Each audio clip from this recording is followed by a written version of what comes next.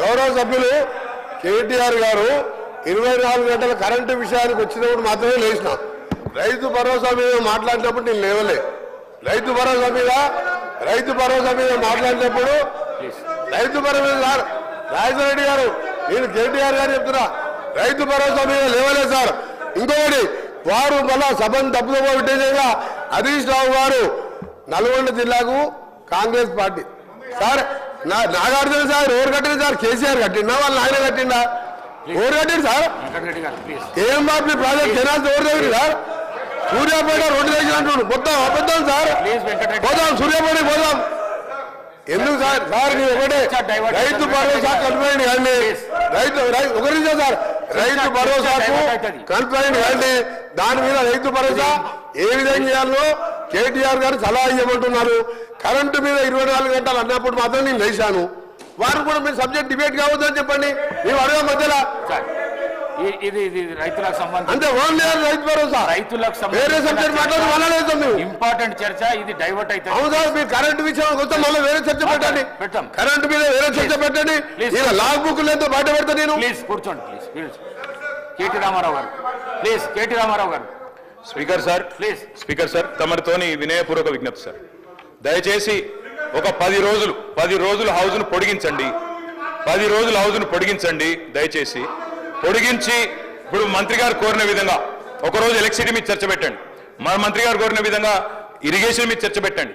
మంత్రి గారు కోరిన విధంగా మిషన్ కాకతీయ మీద పెట్టండి, మిషన్ భగీరథ మీద పెట్టండి. దాంతో పాటు అధ్యక్ష నల్లగొండ జిల్లా అభివృద్ధి మీద కూడా ఒకరోజు ప్రత్యేకంగా చర్చ పెట్టండి అధ్యక్ష. కానీ ఈ రకంగా మధ్య లేచి మళ్ళా డిస్టర్బ్ చేయడం కరెక్ట్ కాదు. రెండోది అధ్యక్ష, మంత్రి గారి వైఖరి ఎట్లుందంటే వెంకన్న వైఖరి, మా ఇంటికి వస్తే ఏం తెస్తావు, మీ ఇంటికి వస్తే ఏమి ఇస్తావు, అట్లున్నది ఆయన వైఖరి అధ్యక్ష. ఆయననేమో అడగదు అధ్యక్ష, ఆయన ఏమంటారు అధ్యక్ష, నాగార్జున సాగర్ కట్టింది ఎవరు, ఇది కట్టింది ఎవరు, అది కట్టింది ఎవరు, అది చెప్పొచ్చాడు. ఆయనేమో డబ్బా కొట్టుకోవచ్చాడు. కానీ సమైక్యాంధ్రలో అన్యాయం జరిగింది కాబట్టే మళ్ళీ 2014 మీరు మాట్లాడండి. అప్పుడు జరిగిన తప్పులు ఎత్తి చూపుతేనేమో ఇబ్బంది అవుతున్నది. కానీ అప్పుడు కట్టిన ప్రాజెక్టులకు మాత్రం డబ్బు కొట్టుకోవడం మాత్రం ఆయన చేస్తారట. ఇంకొక మాట అధ్యక్ష, మంత్రి గారికి నేను కోరుతా ఉన్నా, దయచేసి మీరు హౌస్లో ఉన్నారు. పోయిన సెషన్లో విద్యుత్ శాఖ శ్వేతపత్రం ప్రచురించింది. విద్యుత్ శాఖ వైట్ పేపర్ మీద అధ్యక్ష మంత్రి గారు చెప్పిన దానికి చెప్తున్నా అధ్యక్ష. అరే ఆయన తప్పుదో పట్టిస్తే ప్రజలను మంచిది కాదు అధ్యక్ష. 24 గంటల కరెంట్ ఇవ్వలేదు అని మాట్లాడిండు. ఇదే హౌస్ లో మీ డిప్యూటీ సీఎం చెప్పిండు, అది చెప్తున్నా వినండి, ఓపికగా వినండి. మీ డిప్యూటీ సీఎం గారు ప్రవేశపెట్టిన శ్వేతపత్రంలో నుంచే కోట్ చేస్తున్నా. మీ డిప్యూటీ సీఎం గారే చెప్పిండ్రు, కేసీఆర్ గవర్నమెంట్ లో అత్యధికంగా యావరేజ్ గా 19.2 గంటల కరెంటు, 24 గంటల కరెంటులో యావరేజ్ 19.2 అవర్స్ ఇచ్చినామని చెప్పి మీ డిప్యూటీ సీఎం చెప్పిండ్రు. కాదంటే మీరు పోయి మీ డిప్యూటీ సీఎంతో పంచాయతీ పెట్టుకోండి, ఆయన అటు ఎందుకు చెప్పిండో అడుక్కోండి. ఇంకొక మాట, లాగ్ బుక్లు అన్నారు అధ్యక్ష. మేము అంటున్నా అధ్యక్ష, ఇవాళ కాంగ్రెస్ ప్రభుత్వం ప్రకటనలు గుప్పిస్తున్నది. ఎక్కడ చూసినా ఇవాళ మొత్తం కాంగ్రెస్ ప్రకటనలే కనబడుతున్నాయి. అందులో ఏం చెప్తున్నారు అధ్యక్ష, 24 గంటల కరెంటు. నేను వెంకటరెడ్డి గారిని అడుగుతున్నా, ఈడికెళ్ళి మీ సభ వాయిదా వేయండి అధ్యక్ష, బస్సులు అందరం పోదాం, నల్గొండ జిల్లాకే పోదాం. ఈ రోజు ఏ ఒక్క లాగ్ బుక్ లోనన్నా 24 గంటల కరెంటు వస్తున్నట్టు చూపెడితే మేము మొత్తం శాసనసభాపక్షం రాజీనామా చేస్తామని చెప్పి నేను ఆయన అడుగుతా ఉన్నా అధ్యక్ష. అధ్యక్ష ఇప్పుడు వాళ్ళేమో ప్రచారం చేయొచ్చు, పద్ధతి కాదు అధ్యక్ష. మాట్లాడుతుంది ఒకటి, వారు ఇంకొకటి చెప్తా ఉన్నారు.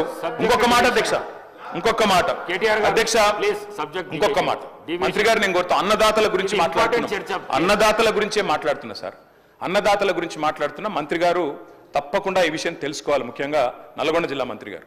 అధ్యక్ష, కేసీఆర్ ప్రభుత్వంలో నల్గొండ జిల్లాకు జరిగింది ఏంది అంటే ఒక్క నిమిషంలో చెప్పాలి అంటే అధ్యక్ష, భారతదేశం మొత్తంలో తెలంగాణ నెంబర్ 1 స్థాయికి చేరుకుంటే ధాన్యం పండించడంలో, ధాన్యం ఉత్పత్తిలో, అందులో ఉమ్మడి జిల్లా తీసుకుంటే అధ్యక్ష, మొత్తం తెలంగాణనేమో భారతదేశంలో ధాన్యం ఉత్పత్తిలో నెంబర్ 1 అయితే తెలంగాణలోని ఉమ్మడి 10 జిల్లాల్లో వరి ధాన్యం పండించడంలో నెంబర్ 1 జిల్లా నల్గొండ జిల్లా అనే మాట నేను గౌరవ మంత్రి గారికి చెప్తా ఉన్నా అధ్యక్ష. అత్యధికంగా ధాన్యం పండింది నల్గొండ. ఇది వారు తెలుసుకొని మాట్లాడాలని చెప్పి నేను కోరుతా ఉన్నా అధ్యక్ష. ఇక మీరు దాని మీద మళ్ళీ ప్రత్యేకంగా చర్చకు అవకాశం ఇస్తానంటే మేము సిద్ధంగా ఉన్నాం అధ్యక్ష.